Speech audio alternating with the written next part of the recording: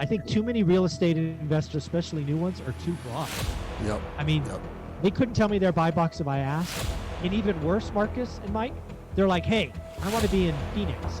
I want to be in Tempe. I want to be in Sedona. I want to be in Las Vegas. I want to be here. I want to be here.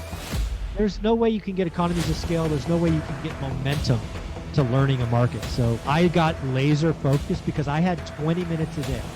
That's all I had. 20 minutes a day to look at my market. And guys, I looked at it every day for 20 years.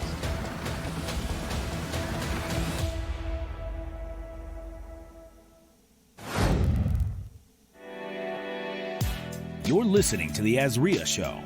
If you're looking for quality real estate investing information that you can trust, you've found it. Stay tuned and join the tens of thousands of members that have already benefited from AZREIA, your home for education, market information, support, and networking opportunities that will advance your real estate investing career. Hello, welcome to another episode of the AZREIA Show. I am your host, Marcus Maloney, and we have our executive director and co-host, Mike Del Prete. How are you today, Mike? Wonderful. Excited for today. Great. So, guys, you missed me last week. I wasn't there last week, had to take care of some other things, but we are back in business and back on the train. And today we have Michael Zuber, who hails out of Silicon Valley, and he's done plenty of deals up there. So we want to talk about one rental at a time. So Mike, I'm not going to dig too much into your bio. I'm going to let you kind of introduce yourself to the audience, but you got started in 2002, correct? Turn of the new millennia? Yeah, 2002, December. I still remember when we closed on the first rental, right? The beginning of one rental at a time. People want to go look it up. It's 1818 Norris Drive East in Fresno, California, 93703. We bought that bad boy for $107,000, and we were landlords, right? Wow. It rented right away for $1,100. And then the story gets bad, right? My first tenant never paid rent again. They ended up going through divorce. He ended up trashing the property. So my beginning with one rental at a time was not the greatest beginning. I remember being ready to quit. And my wife, Olivia, the better half, said, you know what, let's try this again. Right. And we did. And the story takes off from there. Next tenant goes in, never misses payment. If you look at Zillow, we sell the property for $264, like 3 years later. This was the crazy run up from 02 to 06. We 1031 into an apartment building. And the rest is history. We go from owning 8 houses to 80 units because we got out at the peak in 06. So we were not hurt by the crash at all because we were sitting in apartments. So that journey keeps going, and we start learning about hard money, private money. We start buying foreclosures out of the MLS, and it's been 5 years, 2018, I left the workforce and have been telling the one rental at a time story since then. So let me ask you, that's us. So let me ask you this, Zuber, kind of starting out. I know you were up there in Silicon Valley, right? What were you doing pre-real estate? What was your occupation? What was your career? So I'm one of those guys that has advanced degrees. So I got an undergrad in economics, went back and got my MBA. I was an accountant that transitioned into sales. So I was a commissioned salesperson for most of my career, whether in pre-sales or sales management. But I was all over the place. People don't understand how busy. I hear it all the time. I'm too busy. I can't do it. Well, I worked 60 to 70 hours a week. I was typically on 2, if not 3 continents a week, not states, continents. Wow. And I have a saying now that every day is Saturday, because for 10 years, almost 12 years, that was the only day off I had. I always flew home on Fridays, sometimes late. And most Sundays, I flew to Europe or to South America or somewhere. And so I only had Saturdays. So that's a statement I've been saying a lot, because now every day is truly Saturday for me because I get to choose what I want. But yeah, so I was busy. I really built this idea of a buy box. I think it is absolutely where all new investors should start, right? We eventually find Fresno, California, because the Bay Area doesn't cash flow, but I don't know Fresno, never lived there. But I talked to 20 or 30 people. Most people talked about the Mayfair district. That becomes my buy box, but even that is too big. So I decide single family homes. Then I decide 3 or 4 bedrooms. Then I decide two baths, 2-car garage. And dude, that's all I looked at for 3 years. That one little speck for 3 years. I think too many real estate investors, especially new ones, are too broad. Yep. I mean, Yep. they couldn't tell me their buy box if I asked. And even worse, Marcus and Mike, they're like, hey, I want to be in Phoenix. I want to be in Tempe. Yep. I want to be in Sedona. I want to be in Las Vegas. I want to be here. I want to be here. There's no way you can get economies of scale. There's no way you can get momentum to learning a market. So I got laser focused because I had 20 minutes a day. That's all I had. 20 minutes a day to look at my market. And guys, I looked at it every day for 20 years. So let me ask you this, Zuber, because I know you kind of went through your history a little bit quick for us, but I know you were into trading, right? You was into trading stocks and everything like that, right? So you want to bring this story up, Marcus? Yeah, I want to bring some man. pain points up, man. All right. So again, I talked earlier about my advanced degrees. When you're an MBA student, econ guy, accountant, you think you understand financial markets, you start doing research. So my trading started out quite well. I turned $7,000 into almost $200,000. Wow. And then I got cocky. I stopped doing the work. I got lazy. I got overconfident. And I succeeded in losing 80% of that. Wow. So I came to real estate investing a wounded individual. Gotcha. So the stock market kind of beat you up. That was around that .com craze, right? And then you decided to jump into real estate. But then you said one of the key things that you said there is, like you said, that you started doing it basically virtually. And this was some years ago before virtual investing kind of really even took off. And you said, hey, you know what, San Francisco just couldn't cash flow for me. So you went and looked at another area, which is Fresno. Now, what gave you the gall to say, hey, you know what? I live 2.5 hours away. I live 3 hours away. Let me just invest down here versus staying in my own backyard. Even though it don't cash flow, being a new investor seemed like you would be a little bit more comfortable with that. Well, again, I got to give full credit to Olivia, the wife, the better half. I believe in, I call myself a hammer sometimes because I will keep doing things like consistently. I'm broken, right? That's my trait. So I wish I could. Yeah. So I wish I had a sexy answer. The answer is I spent 52 weeks looking in the Bay Area. So I'm a slow learner. Wow. My wife had to sit me down at the kitchen table and say, Michael, I am not going to do this again. You either pick a new market or we're going to do something else. Okay. So that was the magic street of cash flow in the Bay Area doesn't exist. We have to do something else. So the answer was, I going to get on an airplane or was I going to drive? And as somebody who hates flying but does 100,000 miles, I was not getting on an airplane to go see my rentals. So we pulled out a California map and we started drawing circles. And the first major city, when by major I mean over 100,000 people, that had cash flow was Fresno, California. Okay. Never been there, didn't know anyone, it's just, I had to. The one thing that worked by spending a year investing in the Bay Area is I knew how to do it. I knew I needed to talk to agents and lenders and property managers, and I could get a feel for what things would cost and all of that. So learning Fresno was faster because I had done it in my backyard. But yeah, we spent a couple of months and then we bought Norris Drive.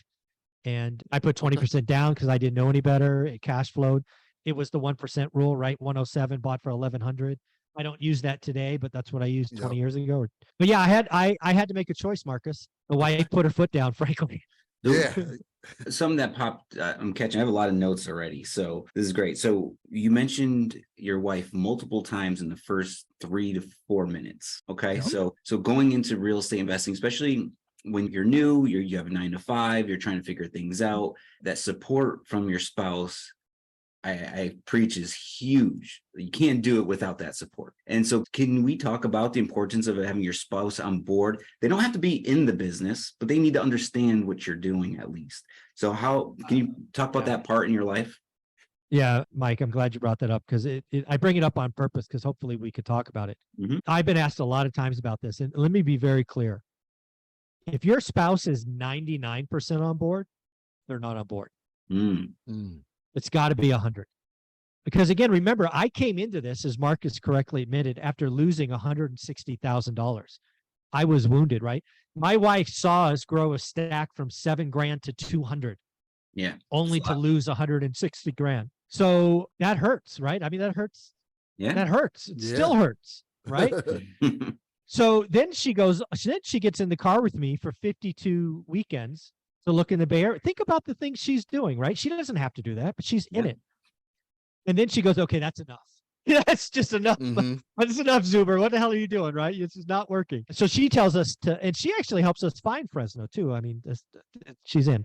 But again, the point is, to your point, she wasn't in the business, but she was 100% on board. And when we had to get in a car to go look at Norris Drive, she was right there with me, 2.5 hours away. We were in the property 15 minutes and we're driving home. And she goes, Michael, pull over. I go, yes, dear. Of course. Yes, dear. She goes, why didn't you write an offer? I've heard you talk about this for more than a year now.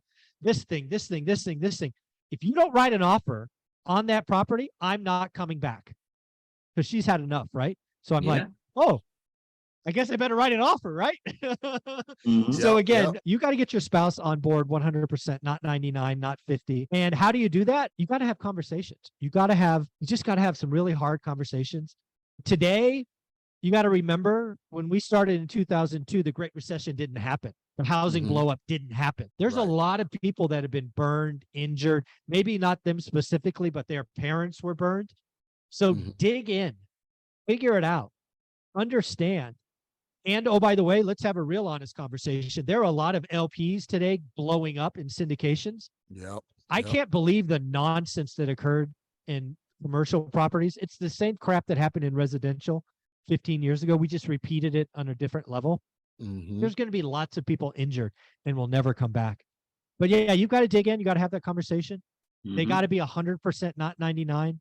So yeah, I bring up Olivia all the time because I wouldn't be here talking to you guys without her support 100%. Yeah, Marcus, we got to drop in like a clap for Olivia. Definitely. In the podcast somewhere. Give her a shout out. All right. That's awesome, man. I can attest to that, man. Those little like, hey, I'm driving, pull over. Why don't you write the offer? Like those little things they do that just kick you in the butt, and you're just like, and it works. It's crazy, man. I don't know how to explain it, but great story. So Zuber, you talked specifically about buy box, right? Which is very, very important. What are some of the main mistakes, like you said, newbies start out when not having that buy box? What's some of the things that can slow their growth by not having that buy box? I think there's a lot of people, and I'm sure Marcus and Mike, you see this all the time. New investors get excited. They're almost vibrating. Like, this is going to be the thing that sets me free. And then you ask them, what are they looking to buy? And they can't tell you. I just want a deal. What the hell's a deal? I mean, exactly. What are you looking at? And one weekend they come to an event and it's Airbnb arbitrage. The next week it's Burr. Then it's, I'm going to go raise private capital. And then it's this. And then it's, or even worse, they can come to you and say, you know what? I'm going to buy a single family home. Great. I get that. But where? Oh, I'm not sure yet. Phoenix. Palm Springs, Miami. I mean, come on. In real estate investing, it is my 100 belief to my core, is a skill. You are not a naturally born real estate investor. And because it is a skill, we can all learn it. How do you learn any skill? Playing music, learning a language, playing golf. Practice, practice, practice. Real estate investing is about focus and daily discipline. Once you understand a buy box and can articulate what a great deal and a bad deal is, you can take that skill to any market and any asset. But it takes time, and most investors won't invest the time. I think it takes at a minimum 90 days, and for some people 180 days to learn the skill. And then then you can repeat it anywhere you want in a faster time frame. But yeah, man, most investors are all over the place. They're not focused, or worse. Oh my goodness. How many times have you run across an investor who has some cash and they're acting like it's burning a hole in their pocket? And then this is like the worst thing I hear. I've been looking for 3 weeks. I haven't found a deal. I'm just going to buy one to lose some money, but I'm going to learn. I'm going to learn. It's going to be my education. I'm like, you're going to lose money on purpose. You know what? You can send me $500 a month, and I'll let you lose money with me. Yeah, I'll take it. I mean, there's a lot of crazy things you heard. We get that a lot here at AZREIA. It's like when someone's new. I just had this question the other day, and it's like, how do I know when a deal comes? And then like you said, I could probably make it a short-term rental, or I can assign it, or I'm like, Mhm. I don't want to miss out on the opportunity. And the answer is just no. It's like, I What get are the you feeling. doing? Yeah, it's like, so we're Yep. big on pushing the investor identity, like creating, we do a program called the Launchpad, where it's like you create your identity as to who you are, Perfect. and you focus on that. So that's Know the thyself. piece of advice, man. That's huge. Yeah, and that buy box stop you from being distracted. And I kind of sum that all up, because like you said, people jump from thing to thing, from item to item, trying to figure it out because they don't know exactly what they want to do. And you even scaled it down, Zuber, even further. You said, okay, well, we're going to be in Fresno. All right, but there's different pockets of Fresno. And that's one of the things that we teach. You can't just say Fresno or Phoenix. Yeah, there's difference between this side of Fresno, this side of Fresno. Is it single family? Is it duplexes? What are you looking for? That way, when you see it, there's no debate. You already know this is what I've been looking for the longest. Or even, I would say, when you're more specific, it gets you more deals. Because if you can articulate this to an agent, to a wholesaler, the deals come. You don't sound sporadic and confused. So it's deal flow too. Yeah, there's two things about a buy box, and I'm so glad you guys got both sides of it. When you're new, the buy box is permission not to look at anything else. Mm. Two, a buy box is deal flow. I would tell every new investor, your email signature should be your buy box. Ooh, I like that. Yeah. It should be. Everybody and their brother should know what you are looking to buy, because I've been buying for 20 some odd years. In 2020, it was a nutty market, as I'm sure you guys remember. Yeah. The deals that I got done were because people knew my buy box. It was off market stuff. Hey, I got this listing coming. I give you 24 hours to respond. These are the numbers. We're not negotiating. I could say yes or no. A couple times I said yes. Yep. You hit a good point, and I had a thought to ask you towards the end of the podcast, but since you said put your buy box in your email signature, so now you're promoting, right? You're marketing yourself. And I've been watching you probably almost since day one on Instagram, going from a couple hundred followers to, I just saw you get previewed on one of those YouTuber podcasts. I forgot his name, the guy with the white hair. Yeah, Ryan Pineda, I think. No, another one. Well, that's another big one. But what I'm getting at is the power of social media that I've seen you go from zero to hero. You're promoting yourself, right? You're not being all flashy, and you're putting out a message, you're putting out a buy box, right? Like, so can you talk about how social media has helped your business? Yeah, social media is amazing. When you are consistent, and here's a test. I mean, this is a test. If you really want to know who Mike Zuber is, I was featured on Bigger Pockets, I think in 2006, Josh Dorkin. I'm one of the first 50 interviews. You can still find it on their YouTube channel. Go look it up, Michael Zuber or Mike Zuber. I forget how they titled it. My message today, minus some vocabulary tweaks, is exactly the same. And I am proud of that fact. I'm not chasing anyone. Yeah. I have raised multiple millions of dollars by never asking. I just talk about what I'm doing day in, day out, day in, day out. I never ask. I've never asked for a single dollar. People reach out to me going, I like what you're doing. I like your message. I don't want to do it for whatever reason, but I've got 100, 500, $1 million on the side. If you're willing to pay me 10% interest or whatever the rate is, let's go. Yeah. And that made a big deal, right? In 2018, when I left, I had never flipped a property. Never flipped. I did one by accident back when they did that tax refund in whatever that was, 2010. Total accident, but it worked. I did 56 flips in 2.5 years, all with private money. They were the purchase. I was the repair. They made 10 or 11 points. I made the exit. And it was all because I've been consistent from day one. So social media, it's really the consistent. And believe me, you will not grow on social media if people sense you're in it for you. Yeah. Social media authentic. Done right is when you are for them. And I try to do that every day. Love it, man. Well, yep. So hey, I love your flow, man. What you've been doing, man. Keep it up. I'm sure you are, regardless. But yes. Yeah, no, I appreciate it. It's nice to hear, right? Because again, yeah, man. You know, I have a YouTube channel for 5 years. I did what people don't realize. So another channel I was talking about was Sean Cannell from Think Media. Okay. Yep. And he's in Think Media. He helps YouTubers get started, right? And back to Mike Zuber being broken. So a lot of people in the YouTube world get upset after 10 videos and nobody's watched them, right? I mean, this is just the world we live in, right? Yep. I did 1,500 videos before I was monetized. 1,500. I averaged 3 to 4 videos a day for a year, whatever that works out to. I didn't care. I wasn't in it for the monetization. I was in it to provide value. And when you do that long enough, momentum happens. Yeah. 1,500. Love it, man.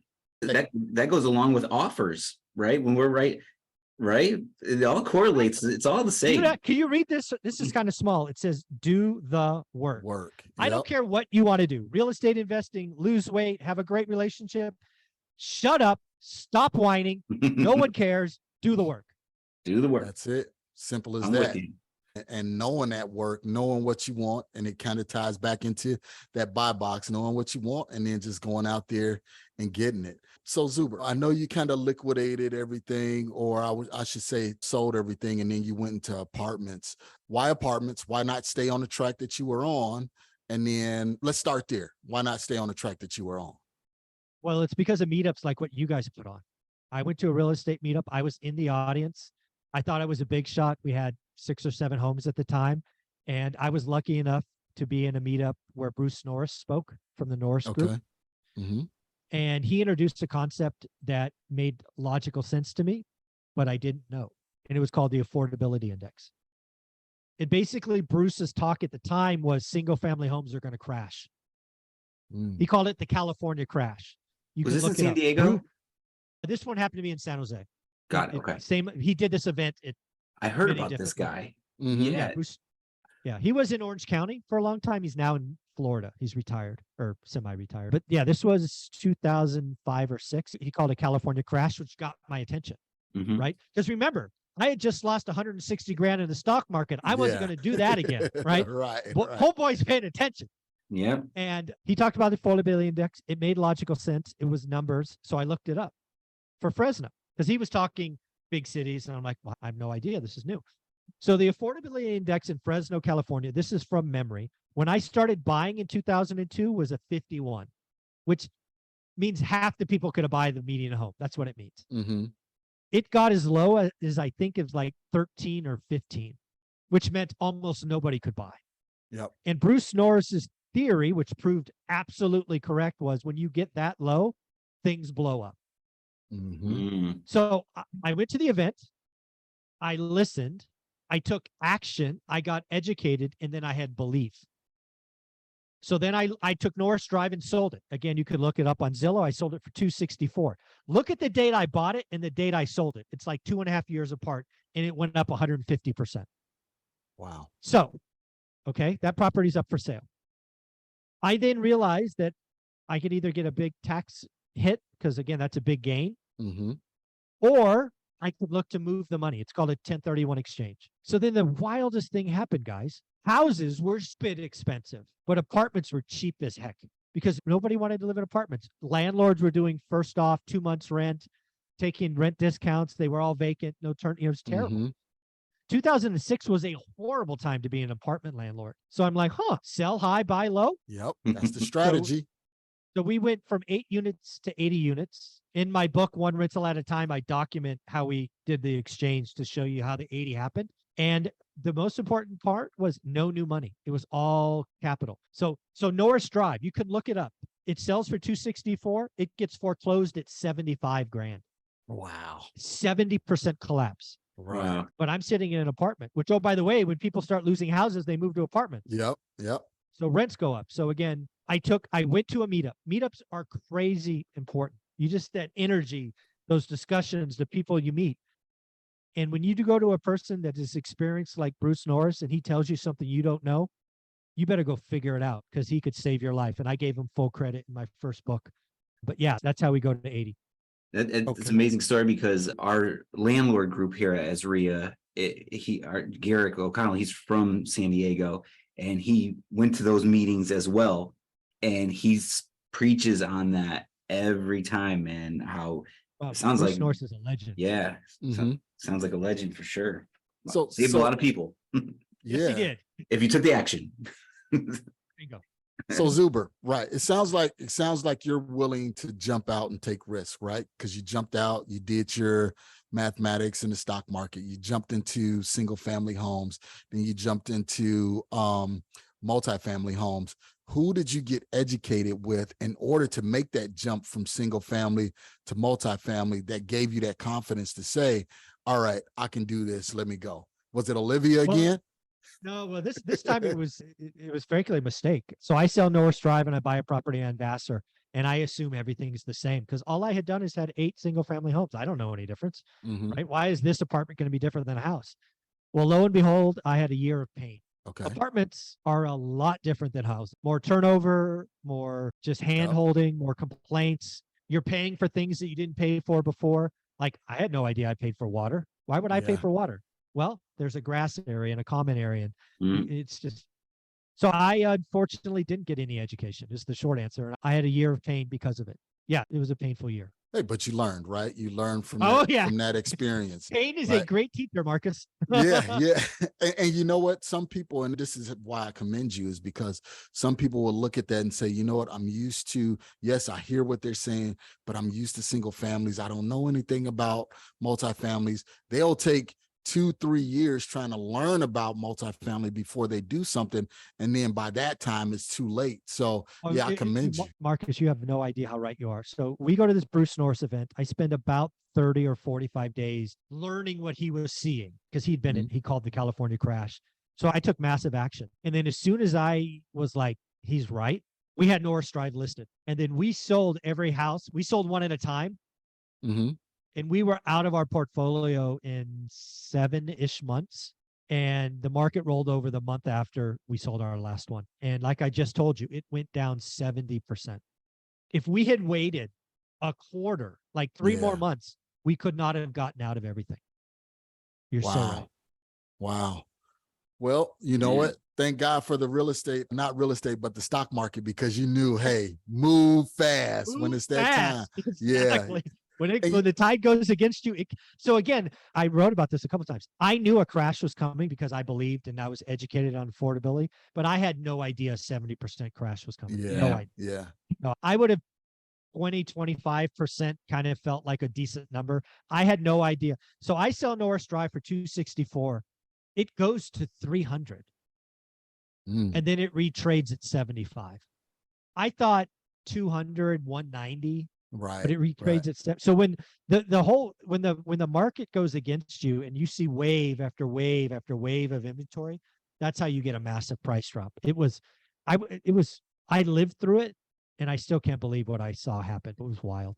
So since we're on this, and I know, what is your thoughts on the market? I mean, I know it's market specific, it's a general question, but what's your overall consensus of what's going on right now? The beauty of having a YouTube channel and giving, like we talked about earlier, is I have receipts. So the first thing to talk about is I called a housing crash about 6 quarters ago. Okay. And unfortunately for most people watching this, it wasn't a crash in price. It was a crash in transactions. Something I give away for free on my website, onerentalatatime.com, is what I now call a 53-year spreadsheet. I've gone all the way back to 1970 and pulled out 20 or 25 or 30 economic metrics since 1970. And you can see the chart. Why is that important? Well, we've been here before. We have been in an environment where the Fed dramatically raised interest rates. And if you take the time to review history instead of being arrogant because a crash happened last time in price, you would actually realize that no, a price drop is not guaranteed, but a transaction crash is guaranteed. So the first thing to point out is I correctly called a transaction crash no price crash. And I was right, again, nationally speaking. Right. So as of this recording, we're sitting roughly at 4.2 million transactions on existing home sales. Prices as of this recording are record high. 60% of metros are at their record high. So that's where we're sitting today. Well, unfortunately, we have now had rates go over 7% for the 3rd time. And as of yesterday, they broke a 52-week high.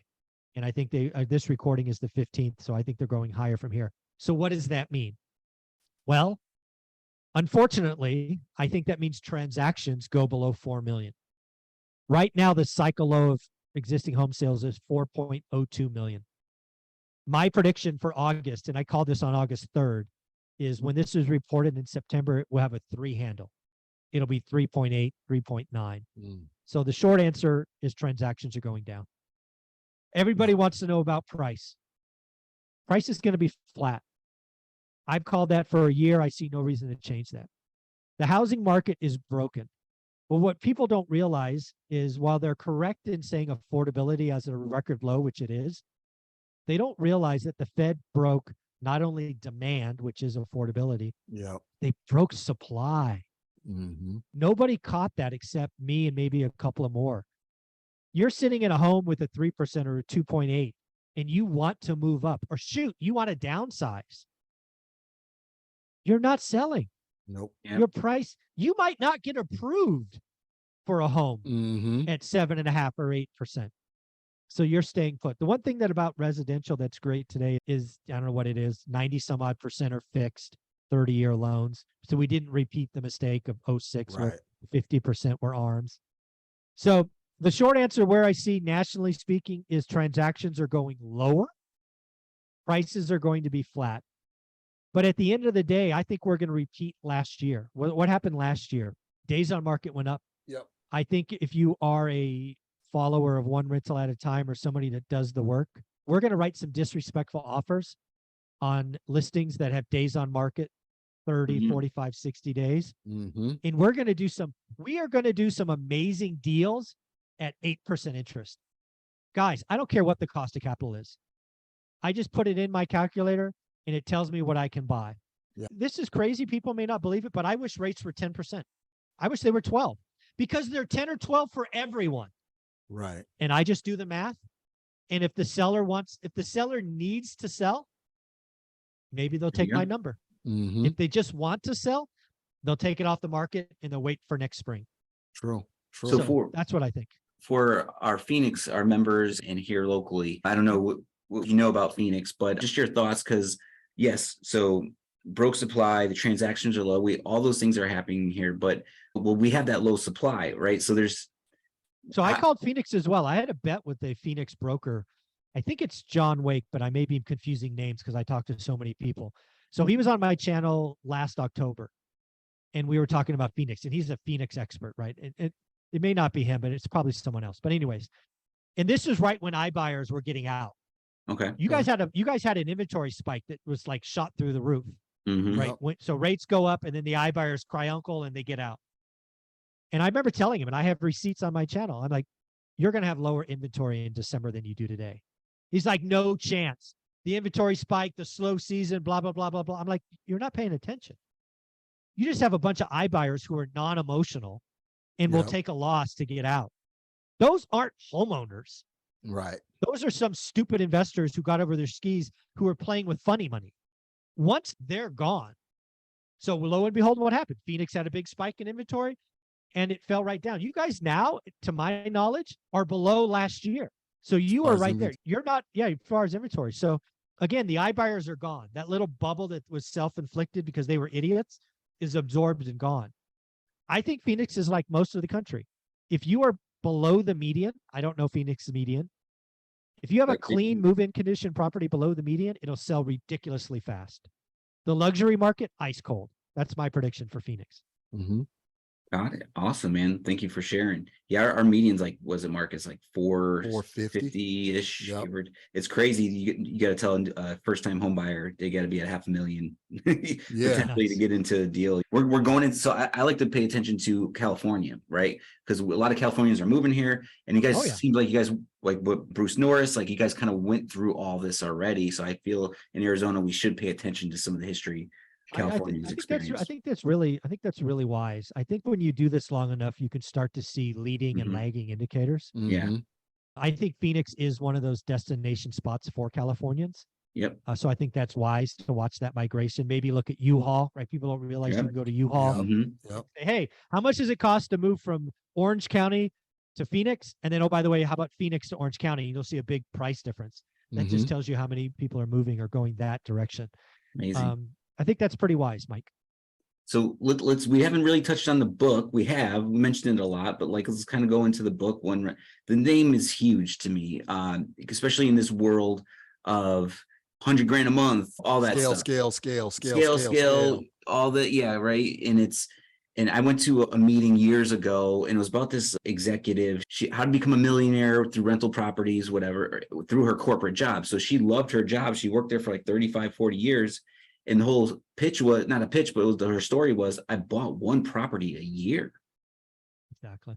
That's it. Yeah. Thank you for one rental at a time is the way most people can get wealthy in a decade. Again, I very rarely talk about the size of my portfolio because it's not important. Right. I've earned financial freedom from the portfolio. That is important. I think most people, if they get to 4 rental properties, it changes their lives. Just flat out changes their lives. Yeah.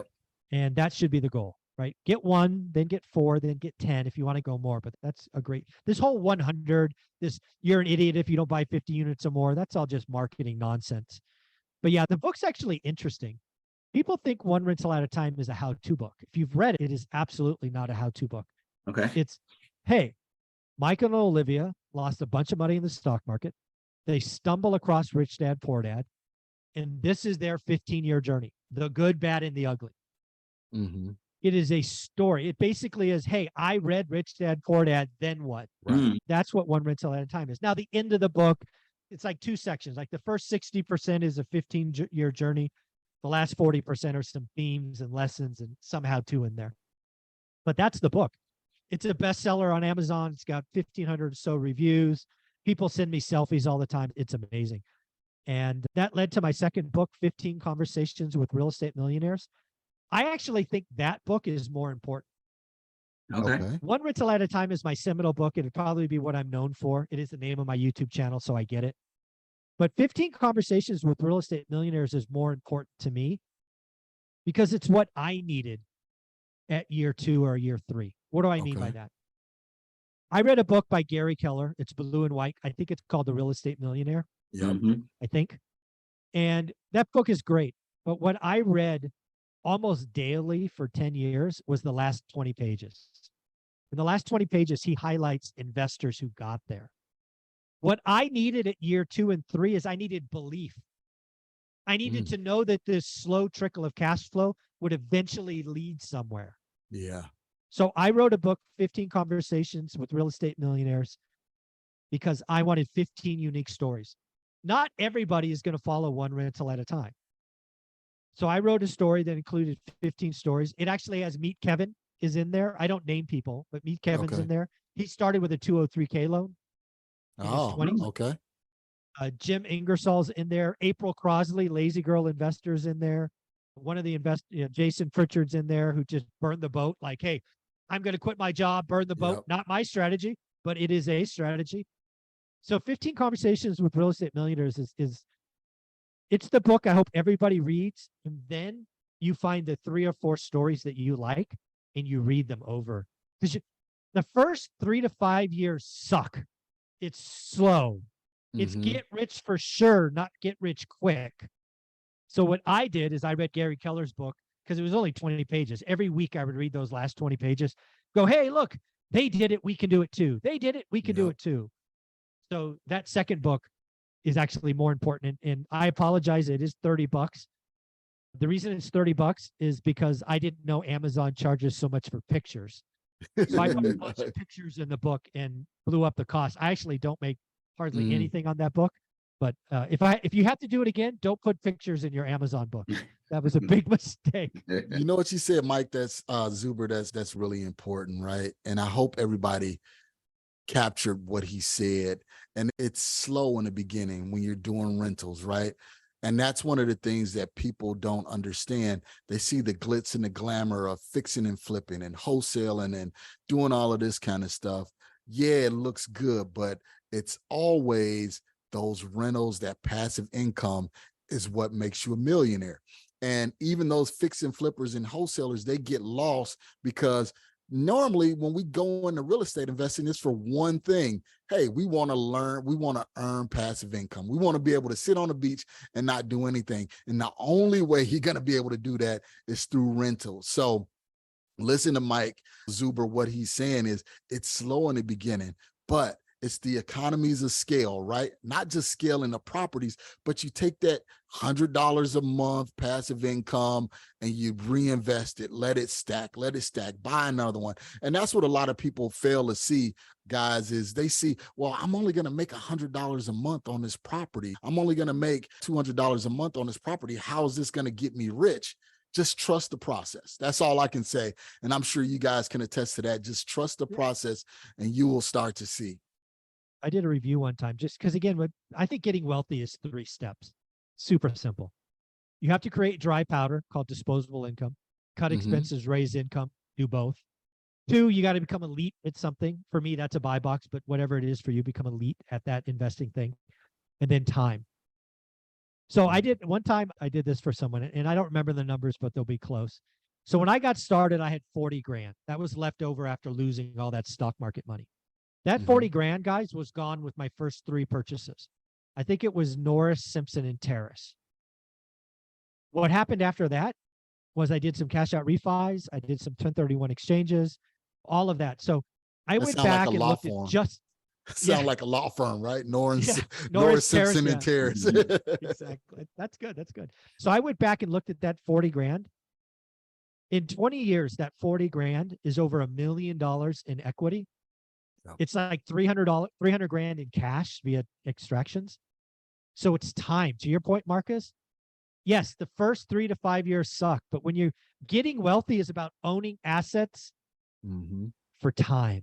That's a big takeaway. And it hits you in different ways. Like when Mark was saying, be patient. Like it's hard. It's when you're new, you just can't see it sometimes, right? Until you truly experience it. So there was multifamilies I bought like in 16, 17, got lucky, right? And then when COVID hit, right, and the rates dropped, right, I was like, oh shoot, like I got all, and the prices went up. I was like, I got all this equity. I didn't go buy. So I did some refis, lowered my rates. Yeah, I restarted everything, but I took that equity and I bought more property.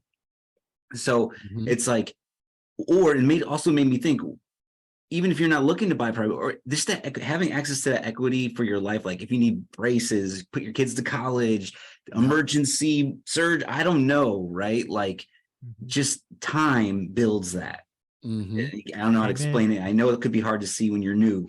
Well, hopefully all these conversations. I wrote that book for that person. There are so many people that get in the game. They get the first one and they're like, what? So that's why there's a book called 15 Conversations with Real Estate Millionaires, because they're all different stories. Yep. And just find the ones that resonate with you. And guys, as we talk about time, right? And that's the whole thing with compounding interest, right? It's the period of time is what help you make the money. So guys, don't get so caught up on how fast can I make it or how fast can I do something. Just look at the time. That's the reason why you're investing. Well said. Excellent. Excellent, Zuber. Great stuff. So what's next for you, man? What's next? You got these units, everything like that. What is next on the horizon for Michael Zuber? I think there's something I'm looking forward to doing. Obviously, all my investing to date has been in Fresno, California. Again, we're fortunate enough to now be enjoying the fruits of our labor. We just picked up a very nice house in Vegas, Las Vegas. So I actually might be starting a brand new buy box and starting this journey from scratch. Okay. And just having some fun buying some onesie twosies here in Vegas. So stay tuned for that. I'm gonna be learning a brand new market. I'm kind of excited about that. Hey, but as long as you got that buy box down, right? Exactly what to go after. And you're telling everybody on social media right now, on podcasts, so bring him your Vegas deals. Yeah, that's right. Exactly. Thank you, Mike. So Zuber, thank you so much, man, for being here, being a guest on the AZREIA Show. Somebody wanted to reach out to you. I know you were saying your podcast and your YouTube channel and your social media. Give us your handles. How can we reach out to you? The beauty of something I've done is everything is one rental at a time. So you can go to my YouTube channel, leave comments. I don't have a team. I'm just a one-man show. I read all the comments. If you wanted to send me an email, go to onerentalatatime.com. There's a little button there. You can send me an email. Buy my books on Amazon. If you've already had them, write a review. I would appreciate it. Give me some love, write some reviews. And Instagram, I have one rental at a time. So if you want to send me a DM, that's probably the place to do it. All right, guys, you know what to do. It's one rental at a time, one rental at a time. This is Michael Zuber. It was a pleasure, sir, to speak to you once again, because your story always resonates with me personally, because you get distracted sometimes. So I want to thank you for being here once again. Any closing words, Zuber? Do Mike? the work. Do the work. Do the work. Love it. All right, guys. Thank you so much. Mike, you want to give us the closing words?